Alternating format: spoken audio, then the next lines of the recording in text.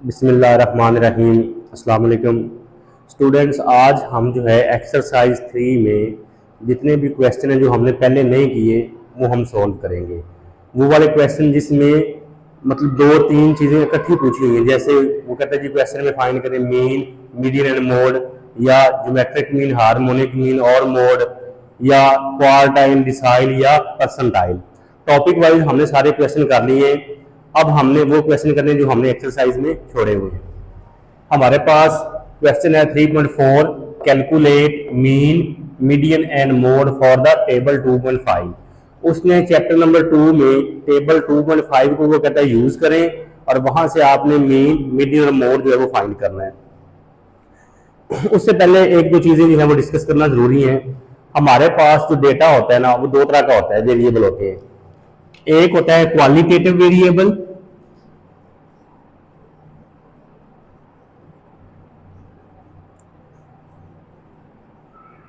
और दूसरा होता है क्वांटिटेटिव वेरिएबल।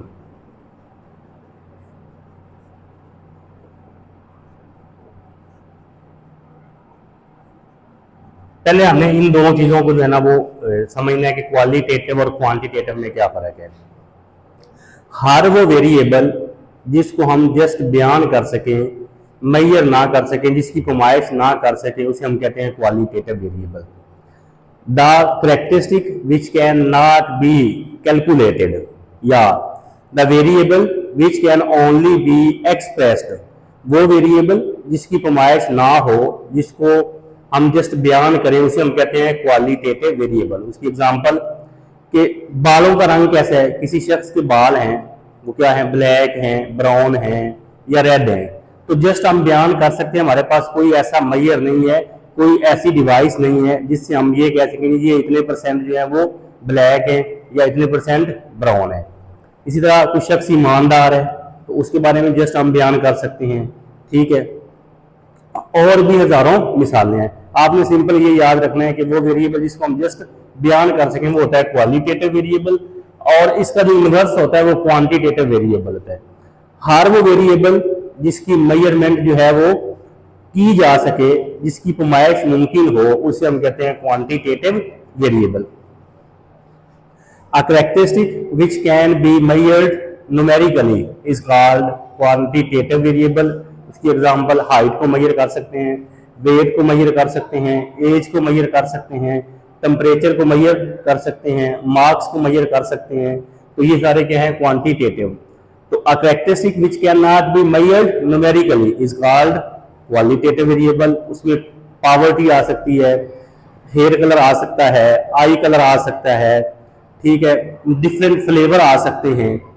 तो आगे क्वांटिटेटिव की फर्दर 2 टाइप्स होती हैं। एक होता है डिस्क्रीट और एक होता है कॉन्टिन्यूस। अब इसमें हमने थोड़ा सा फर्क समझना है कि डिस्क्रीट वेरिएबल वो वेरिएबल होता है जिसमें वैल्यूज जंप के साथ आती हैं।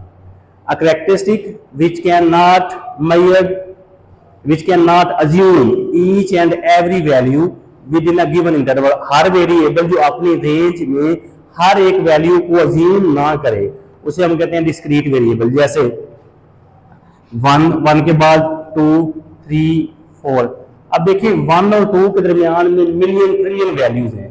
कैसे, मतलब 1.01 हो सकता है, 1.001 हो सकता है, 1.001 हो सकता है। इसलिए लेकिन हमने क्या किया, डायरेक्ट हम 1 से 2 पे चले गए, तो ये डिस्क्रीट है। मतलब number of chairs in a room, ये भी डिस्क्रीट की मिसाल है।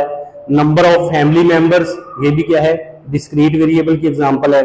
Number of books in a bag, ये भी क्या है, डिस्क्रीट वेरिएबल है। नंबर ऑफ रूम्स, ये भी क्या है, डिस्क्रीट वेरिएबल्स। अब हम चलते हैं कॉन्टिन्यूस की तरफ। A characteristic which can assume each and every value within a given interval is called continuous variable। वो वेरिएबल जो अपने रेंज में हर एक वैल्यू को अज्यूम करे उसे हम कहते हैं कॉन्टिन्यूस वेरिएबल। उसकी सिंपल मिसाल ये है, आप लोग कभी बाइक पे बैठे हैं तो उसके ऊपर मीटर लगा होता है, उसमें एक हैंडल होता है जिसको हम सुई बोलते हैं। ये 0 से स्टार्ट होती है और 120 तक जाती है, लेकिन ये जो हैंडल है ये कभी भी 0 से डायरेक्ट 10 पे नहीं जाता, या डायरेक्ट 20 पे नहीं जाएगा, बल्कि ये हर एक वैल्यू को छू के गुजरेगा। इसी तरह इंसान की जो एज है ये भी कॉन्टिन्यूस है। कोई भी इंसान जो है वो डायरेक्ट जो है उसकी एज जो है वो 4 महीने या 5 महीने या 7 साल या 10 साल नहीं हो सकती, उसमें मिनट्स, मिली सेकेंड्स, घंटे, दिन, हफ्ते, साल शामिल होते हैं। इसी तरह इंसान का जो वेट है ये भी कॉन्टिन्यूस वेरिएबल है। ठीक है, आपके जो मार्क्स होते हैं ये भी कॉन्टिन्यूस वेरिएबल है, जो टेम्परेचर है वो भी कॉन्टिन्यूस वेरिएबल है। तो ये था जी हमारा क्वालिटेटिव क्वांटिटेटिव। उसके बाद हमने डिस्क्रीट और कॉन्टिन्यूस को डिस्कस किया। अब हमारे पास जो क्वेश्चन है, ये सारा कुछ बताने का मकसद ये था कि ये नंबर ऑफ रूटन पोटैटोज हैं कि ये 0, 1, 2, 3, 4, कि ये जो डेटा है ये हमारे पास डिस्क्रीट है, कॉन्टिन्यूस नहीं है। क्वेश्चन में आपने खुद जज करना है कि जो डेटा दिया हुआ है क्या वो डिस्क्रीट है या कॉन्टिन्यूस है। अगर डिस्क्रीट है तो फिर हम डिस्क्रीट के लिहाज से उसको जो है वो हैंडल करेंगे, अगर कॉन्टिन्यूस है तो फिर कॉन्टिन्यूस के हवाले से उसको जो है हम जो है वो हैंडल करेंगे। अब हमें यहां से फाइंड करना है मीन, मीडियन एंड मोड।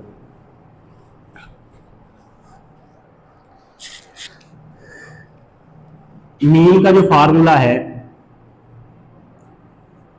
ये होता है sum F X over sum F, क्योंकि ये जो है ये हमारे पास एक्स है।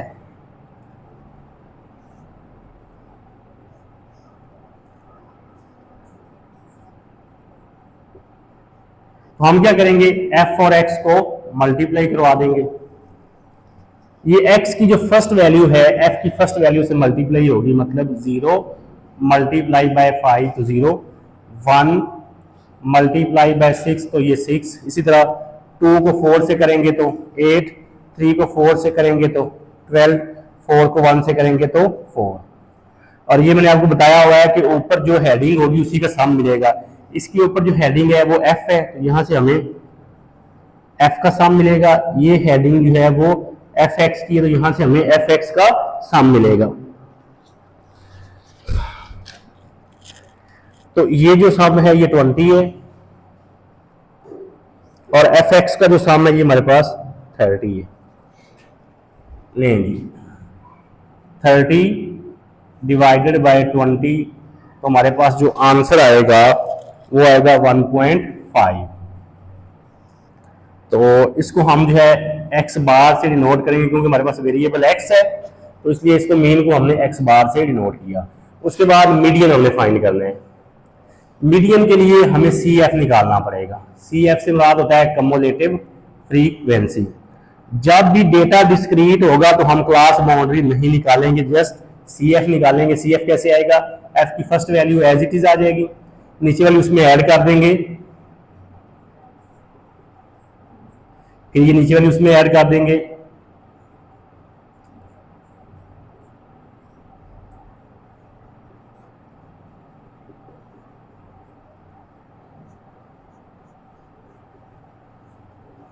और एक चीज आप लोगों ने और याद रखनी है कि जो एफ का सम होता है ये हमेशा सी एफ की लास्ट वैल्यू के इक्वल होता है। अब मीडियन जो होता है ना उसके लिए हम क्या करेंगे, हम करेंगे डिस्क्रीट डेटे में जो मीडियन होता है ये इक्वल होता है, बल्कि इसको इधर लिखते हैं,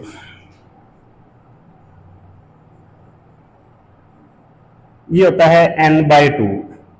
n जो है ये सम एफ के इक्वल होता है और सम एफ हमारा जो है 20 है, उसको 2 से डिवाइड करेंगे तो आंसर आएगा हमारे पास 10। ये जो 10 आया है इसको अब हमने सी एफ के कॉलम में देखना है। सी एफ में 5 में तो नहीं आ सकता, ये 11 में आएगा 10।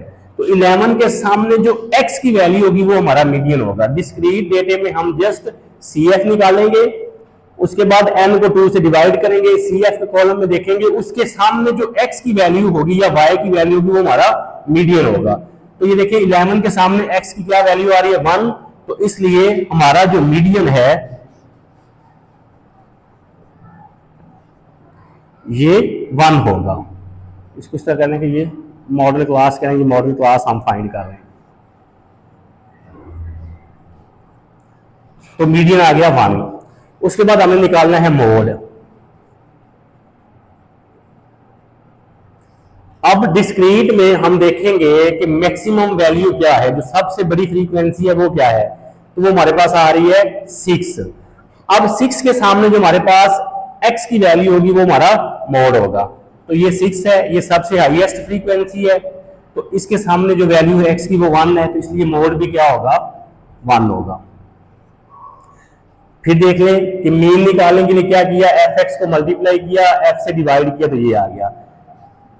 उसके बाद मीडियन निकालने के लिए सबसे पहले हम मॉडल क्लास फाइंड करते हैं। मॉडल क्लास जो है वो कैसे फाइंड करते हैं कि n को 2 से डिवाइड करेंगे, n जो है ये सम f के इक्वल होता है, 2 से डिवाइड किया तो आंसर आया 10।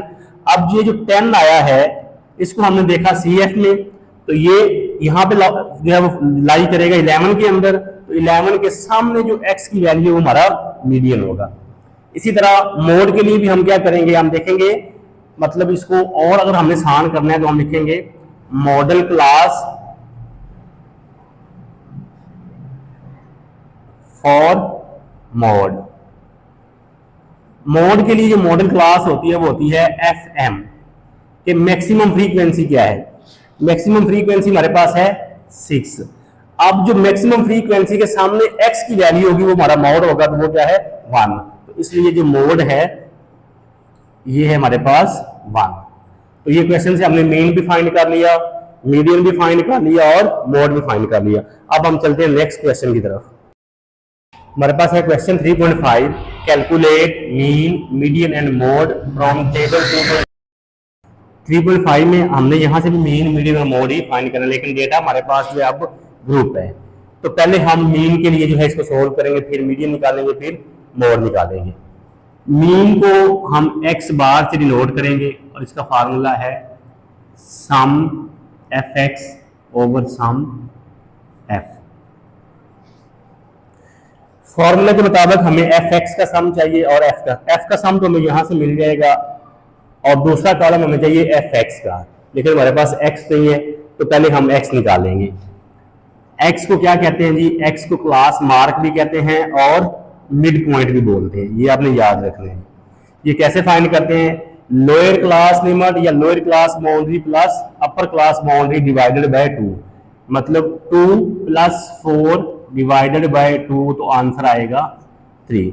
इस तरह 4 + 8 डिवाइडेड बाय 2, तो ये आंसर आएगा 6। 8 + 12 डिवाइडेड बाय 2, ये आंसर आएगा 10। फिर 12 + 16, इसको भी 2 से डिवाइड किया, ये आंसर आएगा 14। इस तरह हमें ये जो कॉलम है ये कंप्लीट करना है।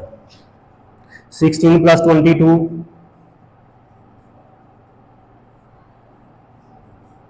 ये आएगा 19, और लास्ट पे जो है 22 + 30 डिवाइडेड बाय 2, 52, तो ये आंसर आएगा 26। ये हमारे पास आ गया जी, x भी आ गया और f भी आ गया। अब हमने क्या करना है, f और x को जो है वो मल्टीप्लाई करना है।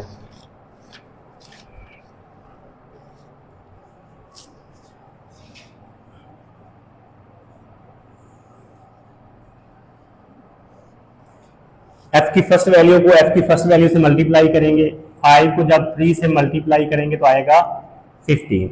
इसी तरह 10 को जब 6 से मल्टीप्लाई करेंगे तो 60। ये कॉलम हमने इसी तरह जी कंप्लीट करना है। नेक्स्ट आएगा 120, 12 को 10 से करेंगे, 14 को 14 से करेंगे तो 196। नेक्स्ट आएगा 114 और लास्ट पे जो वैल्यू आएगी 104।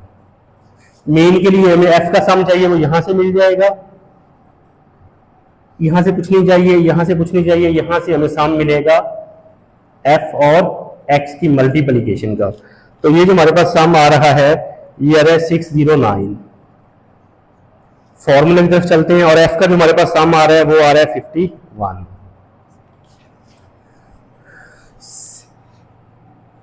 609 को जब 51 से डिवाइड करेंगे तो हमारे पास जो आंसर आएगा वो आएगा 11.94।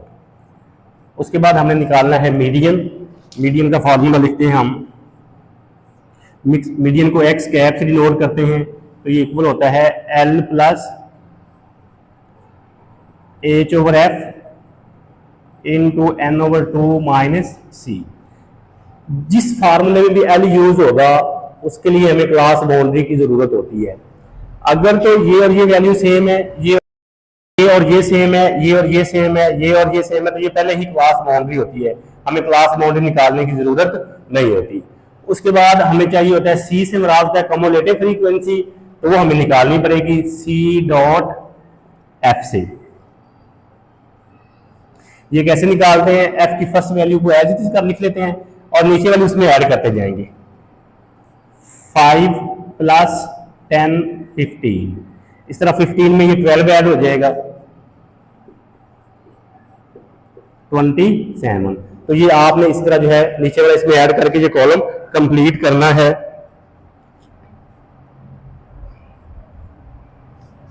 जी उसके बाद क्या करेंगे 14, तो 41 में जब 6 ऐड करेंगे तो 47, और 47 में जब हम 4 ऐड करेंगे तो ये आंसर आ जाएगा 51। मीडियन निकालने के लिए पहले हम मॉडल क्लास फाइंड करते हैं।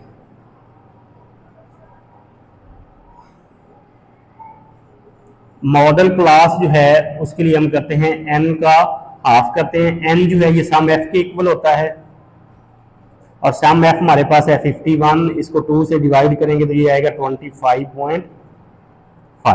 अब ये 25.5 को हमने CF में देखना है, 5 से तो बड़ा है, 15 से भी बड़ा है, तो ये 27 के अंदर आएगा। तो ये जो क्लास है ये हमारी मॉडल क्लास है। अब हमने यहां से सारी वैल्यूज लिखनी है। इसी के सामने देखें जी हमारी L क्या होगा 8, तो चलते हैं हम फार्मूले की तरफ और इसी मॉडल क्लास में हमें देखना इंटरवल कितने का है। 12 में से 8 को माइनस करें तो 4 आएगा, तो इसमें इंटरवल हमारे पास है 4। इसी के सामने मॉडल क्लास में हमारा f क्या है, वो 12 है। n को 2 से डिवाइड किया था तो ये 25.5 आया था। c जो होता है कम्युलेटिव फ्रीक्वेंसी में जो हमारी मॉडल क्लास है उससे जो ऊपर वाली CF में वैल्यू होती है वो हमारे पास जो है वो c होता है, वो है 15। 8 प्लस 4 ओवर 12, 25 में से इसको माइनस करेंगे तो ये आएगा 10.5, और इसको जब हमने सोल्व किया तो आया 8 प्लस 3.5, 4 को 10.5 से मल्टीप्लाई किया और 12 से डिवाइड किया तो ये आंसर आ गया जी हमारे पास 11.5। ये हमने फाइंड किया मीडियन। पहले हमने मॉडल क्लास फाइंड की, उसके बाद जो है सारी वैल्यूज हमने लिख के उसको सोल्व कर दिया। अब हमें चाहिए मोड का पहले फार्मूला लिखते हैं। मोड को हम डिनोट करते हैं जी x हैट से और ये इक्वल होता है L plus FM minus F1 over FM minus F1 plus FM minus F2 multiply by h. Mode के लिए भी हम मॉडल क्लास फाइंड करते हैं। इसके लिए हमारा जो FM होता है वो मॉडल क्लास होती है। FM से मुराद है कि जो सबसे बड़ी फ्रीक्वेंसी है, जो हाईएस्ट फ्रीक्वेंसी है, वो हमारी मॉडल क्लास होती है। तो F में देखें जी हमारी जो सबसे बड़ी फ्रीक्वेंसी है वो 14 है। अब मोड के लिए ये हमारी मॉडल क्लास होगी। इसमें देखें ये हमारे पास क्या आ रहा है, L हमारे पास होगा 12, देखिए हमारे पास क्या आ रहा था 14, तो ये मॉडल क्लास हमने फाइंड की। इसको जब हमने देखा तो ये हमारे पास अब मॉडल क्लास आ रही है। तो अब हमने वैल्यू पुट करनी है और आंसर निकालना है। 14 के सामने जो L आ रहा है वो 12 आ रहा है, FM जो है वो 14 है, F1 है उससे ऊपर वाली वैल्यू वो है 12,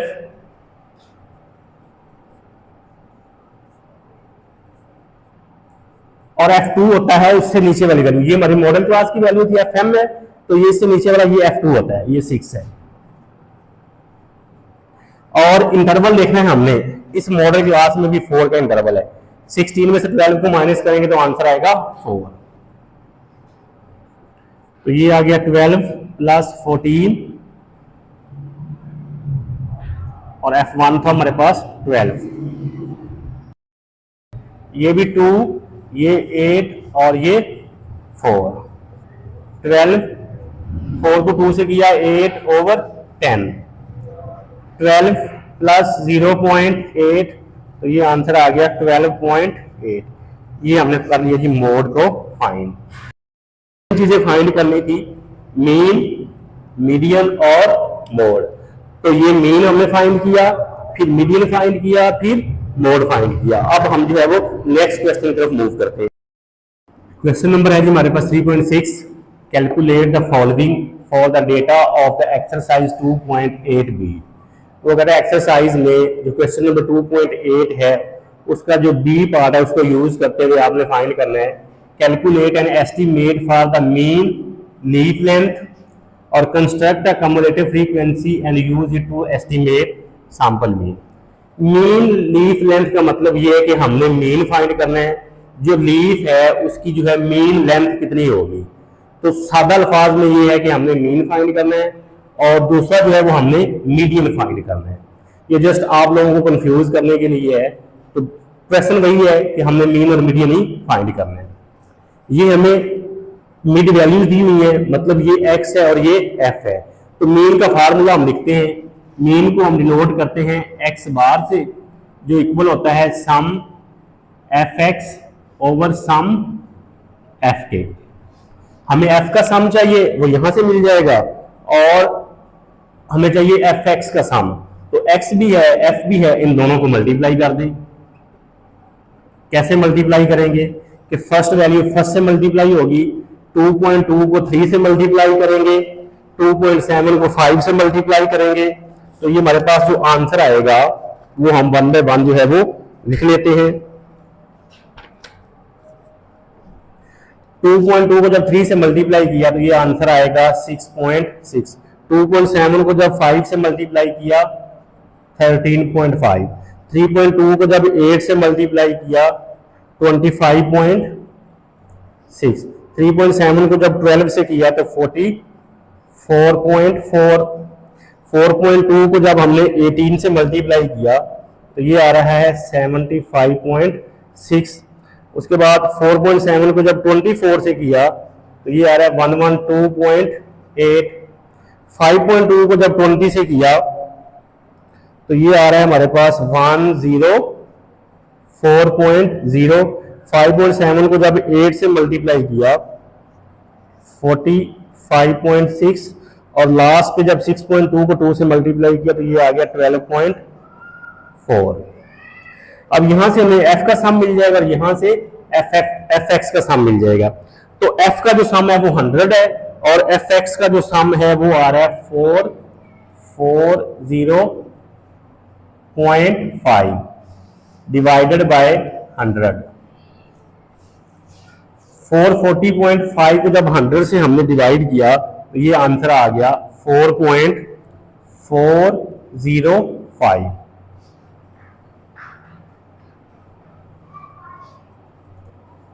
4.405 ये हमने फाइंड कर लिया जी x बार। अब हमने निकालना है मीडियन। तो पहले हम मीडियन का फार्मूला लिखेंगे, L plus H over F N over 2 minus C। तो ये देखिए जी L हमारे पास है फार्मूले में, जिसका मतलब है हमें क्लास बाउंड्री की जरूरत है। अगर तो हमारे पास डेटा इस तरह होता, सपोज 5 to 9, 10 से 14 या 15 से 19, तो हमने क्या करना था, 10 में से 9 को माइनस करना था और 2 से डिवाइड करना था।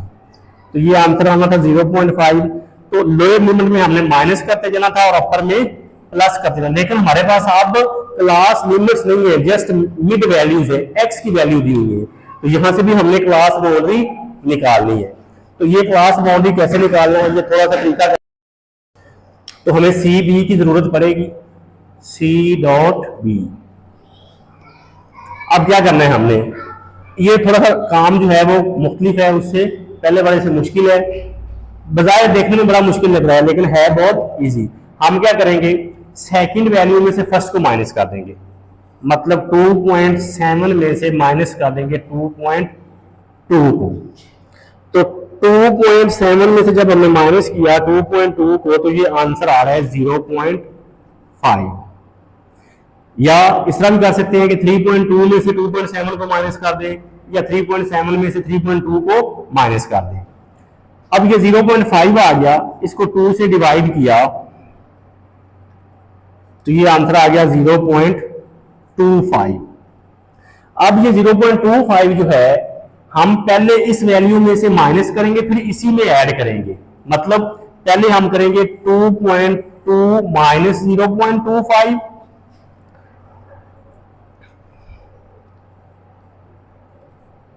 तो ये आंसर आ रहा है 1.95। अब इसी वैल्यू में इसको ऐड कर देंगे 2.2 प्लस 0.25, तो ये आंसर आ रहा है 2.45। तो इस तरह हमारी क्लास बाउंड्री बनेगी। इसमें से जब माइनस किया तो आंसर आया 1.95। इसी में जब उसको हमने ऐड किया तो 2.45। नेक्स्ट क्या करेंगे, अब इसमें माइनस करेंगे और इसी में प्लस कर देंगे। मतलब 2.7 में से माइनस किया 0.25 को, तो ये आंसर आएगा कि 2.7 माइनस 0.25 2.45। अब इसी में इसको ऐड कर दें 2.7 प्लस 0.25, तो ये आंसर आ गया 2.95। तो सेकंड क्लास बाउंड्री कैसे बनेगी, वो आएगा 2.45 से 2. हमने जो है वो थर्ड, फोर्थ, फिफ्थ और ये क्लास बाउंड्री हमने बना लेनी है जी। तो नेक्स्ट हमारे पास जो वैल्यू आएगी वो आएगी 2.95 से 3.45, फिर 3.45 से 3.95, 3.95 से 4.45, फिर 4.45 से 4.95, 4.95 से 5.45, 5.45 से 5.95 और लास्ट वैल्यू जो है वो है 5.95 से 6.45। अगर x हो तो हम इस तरह क्लास बाउंड्री बनाएंगे जैसे ये सारा हमने सीख लिया। उसके बाद हमें जरूरत होती है CF की, कम्युलेटिव फ्रीक्वेंसी की। वो कैसे हम करते हैं, f की फर्स्ट वैल्यू को एज इट इज लिख लेना है, उसके बाद नीचे वाली वैल्यू उसमें ऐड कर देनी है 3 + 5, तो ये आंसर आएगा सॉरी 8। फिर 8 में ये 8 ऐड कर दें तो ये आंसर आएगा। इस तरह हमने नीचे वाली वैल्यू इसमें ऐड करते जाना है जी। नेक्स्ट आएगा 28, 46, 70, 90, 98 और लास्ट पे आएगा 100। अब मीडियन के लिए भी हम मॉडल क्लास पहले फाइंड करते हैं। मॉडल क्लास का जो फार्मूला हमने पढ़ा है मीडियन के लिए वो होता है n/2। n जो है ये सम f के इक्वल और सम f जो है वो 100 है। 2 से डिवाइड किया तो आंसर आएगा 50। 50 जो आया है इसको हमने CF वाले कॉलम में देखना है। 3 में नहीं आ सकता, 8 में नहीं, 16 में नहीं, ये वैल्यू हमारी 70 में लाई करेगी। ये 70 के सामने जो हमारी वैल्यू होगी क्लास बाउंड्री की, ये हमारा L होगा, ये हमारा F होगा और बाकी वैल्यू फिर हम लिखते हैं। तो चूंकि हमारी मॉडल क्लास जो है 50 है वो आ रही है 70 में, तो इसके सामने जो L है वो है 4.45 और इंटरवल कितने कितने का है वो हम क्या करेंगे, इसमें से इसको हमने माइनस किया तो ये 0.5 आया था। और इसी के सामने मॉडल क्लास में 70 के सामने जो हमारा आंसर आ रहा है वो है F का 24। m को जब हमने 2 से डिवाइड किया तो ये आंसर आया था 50, और c होता है जो हमारी मॉडल क्लास होती है, उससे ऊपर जो वैल्यू होती है वो हमारा c होता है, वो है 46।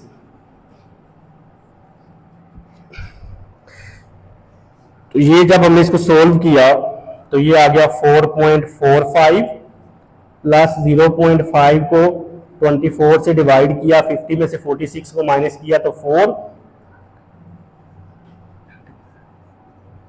4.45, इसको हमने सोल्व किया तो ये आंसर आ रहा है जी 0.083। इसको इसमें से ऐड कर दें तो ये आंसर आएगा 4.533। नहीं जी, ये क्वेश्चन था हमारे पास 3.6 जिसमें हमने मीन फाइंड करना था और मीडियन फाइंड करना था, लेकिन इसमें हमने एक नई चीज सीखी कि जब हमारे पास सिर्फ जस्ट x हो तो वहां से क्लास बाउंड्री कैसे बनाते हैं, ये सारा हमने यहां से सीख लिया। अब हम चलते हैं जी नेक्स्ट क्वेश्चन की तरफ। क्वेश्चन हमारे पास 3.12, the frequency distribution given below has been derived from the use of working origin if d is equal to x minus 18 find arithmetic mean and geometric mean। यहां से दो चीजें हमने फाइंड करनी है जी, एक अर्थमेटिक मीन और एक ज्योमेट्रिक मीन। अर्थमेटिक मीन को कैलकुलेट करने के हमने 3 मेथड बने हुए हैं, डायरेक्ट मेथड, शॉर्टकट मेथड और कोडिंग मेथड। अब तीनों मेथड ही हम यहाँ पे यूज कर सकते हैं, यहाँ पे किसी किस्म की कोई कंडीशन नहीं है, जस्ट उसने कहा जी आपने क्या करना है, अर्थमेटिक मीन फाइंड करना है। तो हमें f दिया हुआ है और d दिया हुआ है, तो हम यहां से शॉर्टकट जो फार्मूला है वो यूज करेंगे। x बार जो है ये इक्वल होता है a plus sum f d over sum f। हमें f का सम चाहिए, a चाहिए और एफ डी का सम चाहिए। f का सम हमें यहां से मिल जाएगा, एफ डी हम निकाल लेते हैं। एफ डी कैसे निकालेंगे जी, कि फर्स्ट वैल्यू को फर्स्ट से मल्टीप्लाई करेंगे, -12 जब 2 से होगा तो -24, इस तरह -8 जब 4 से 5 से होगा तो -40, -32, 0, उसके बाद 88, 104 और उसके बाद 96 और 64। यहां से हमें f का सम मिलेगा जो कि इक्वल है हमारे पास 80, और यहां से हमें सम मिलेगा एफ डी का जो कि आ रहा है जी 256। उससे पहले एक चीज और आपने याद रखनी है कि जब हम ये फार्मूला यूज करते हैं हम कहते हैं जी डी जो है ये इक्वल होता है x माइनस ए की। ए से मराद होता है कोई भी अज्यूम वैल्यू जो हम x में से अज्यूम करते हैं। अब ऊपर ये उसने खुद बताया हुआ है, इसको इसके साथ जरा कंपेयर करें। d is equal to x minus 18, d से d कैंसिल, x से x कैंसिल, इसका मतलब ये हुआ कि a जो है ये हमारे पास आ रहा है 18, माइनस नहीं है, ये माइनस फार्मूले का है, कहीं आप इसको -18 ना लिख दें, ये जस्ट फार्मूले में। तो इसका मतलब ये हुआ कि a की जगह पे हम लिखेंगे 18, एफ डी का सम हमारे पास ये पड़ा हुआ है 256 और f का सम जो है वो 80 है। क्या करेंगे, 256 को 80 से डिवाइड करेंगे तो ये आंसर आ रहा है जी 3.2, इसको इसमें ऐड कर दें तो ये आएगा 21.2। ये हमने फाइंड कर लिया अर्थमेटिक मीन, और मेथड हमने कौन सा यूज किया, शॉर्टकट, और शॉर्टकट मेथड यूज करते हुए ये फार्मूला हम यूज करते हैं। अब नेक्स्ट वो कह रहा है जी आपने फाइंड करना है ज्योमेट्रिक मीन। तो ज्योमेट्रिक मीन का पहले हम फार्मूला लिखते हैं, ज्योमेट्रिक मीन को g.m से डिनोट करते हैं और ये इक्वल होता है antilog into sum f log of x over sum f। तो इस फॉर्मूले में हमें चाहिए जी f का सम, वो हमें मिल जाएगा यहां से। उसके बाद log x को हमने f से मल्टीप्लाई करना है। देखिए हमारे पास तो x ही नहीं है, x लेंगे फिर उसका log आएगा, फिर उसको f से मल्टीप्लाई करेंगे। ये उसने ऊपर खुद बताया हुआ है कि d जो है ये इक्वल है x माइनस 18 के, तो d plus 18 is equal to x, या x is equal to d plus 18। तो यहां से हम पहले x निकालेंगे जो इक्वल है d प्लस 18 के। कैसे आएगा? d की फर्स्ट वैल्यू है -12 प्लस 18, तो ये आंसर आएगा 6।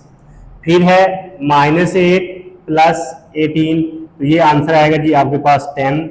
फिर -4 प्लस 18, तो ये आंसर आएगा 14। इस तरह हमें ये कॉलम मुकम्मल करना है। 18, 22, 26, 30 और लास्ट पे जो वैल्यू आएगी 34 आएगी।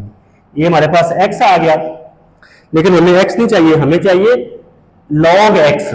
तो अब हम क्या करेंगे, इस x का log ले लेंगे, log ऑफ x।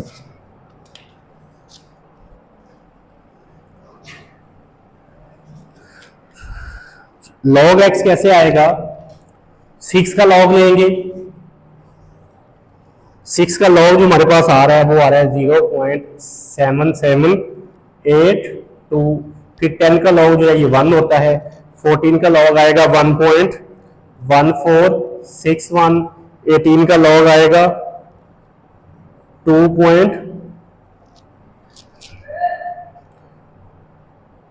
इसका भी आएगा 1.2553।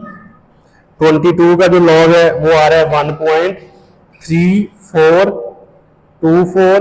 26 का log आ रहा है 1.4150। 30 का log आ रहा है 1.4771 और 34 का log आ रहा है 1.5315। ये देखें जी, ये हमारे पास log x आ गया। अब हमने इसको f से मल्टीप्लाई करना है, f into log of x। ये कैसे आएगा? f की जो फर्स्ट वैल्यू है वो log x की फर्स्ट वैल्यू से मल्टीप्लाई होगी, सेकंड से होगी, थर्ड से होगी। तो जब हमने 2 को इस 0.7782 से मल्टीप्लाई किया तो ये आंसर आ गया 1.5564। फिर जब 5 को 1 से किया तो ये 5 ही आएगा। फिर 8 को जब हमने 1.1461 से किया तो ये आ रहा है जी 9.1688। इस तरह हमें ये कॉलम जो है वो कंप्लीट करना है। उसके बाद 18 जो है ये मल्टीप्लाई होगा 1.2553 से, तो ये आंसर आ रहा है 22.5954।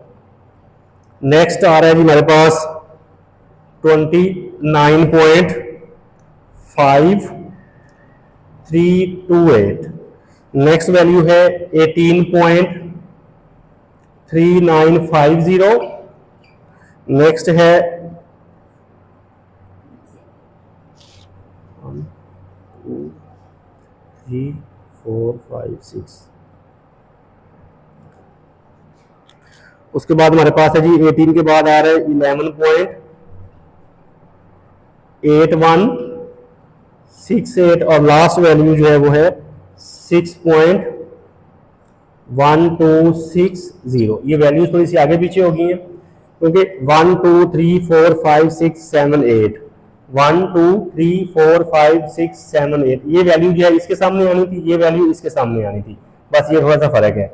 अब हमें यहां से सामने मिलेगा f log x का। इन सारी वैल्यूज को जब हम ऐड करेंगे तो ये आंसर आ रहा है 104.1912। ये antilog as it is आएगा। f log x का सम ये है 104.1912 और f का सम जो है हमारे पास वो 80 था।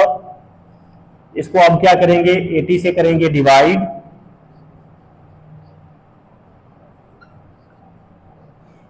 जब 80 से डिवाइड किया तो ये हमारे पास आंसर आ रहा है 1.30239। अब हम क्या करेंगे, शिफ्ट दबा के लॉग दबाएंगे तो वो एंटी लॉग में चला जाएगा। उसके बाद ये वैल्यू लिखेंगे और इक्वल दबाएंगे तो हमारे पास आंसर आ जाएगा 20.9 0.06। ये था जी हमारे पास अर्थमेटिक मीन और ज्योमेट्रिक मीन। पहले हमने अर्थमेटिक मीन निकाला, उसके लिए हमने शॉर्टकट मेथड यूज किया, उसका आंसर आया 21.2। फिर हमने इस रिलेशन को यूज करके पहले x निकाला, फिर उसका लॉग लिया, फिर उसको f से मल्टीप्लाई किया, यहां से हमें सम मिला f log x का, यहां से हमें सम मिला f का। ये फार्मूले में वैल्यू रिप्लेस करके उनको कैलकुलेट करके हमने ज्योमेट्रिक मीन का आंसर निकाल दिया। अब हम चलते हैं जी अगले क्वेश्चन की तरफ।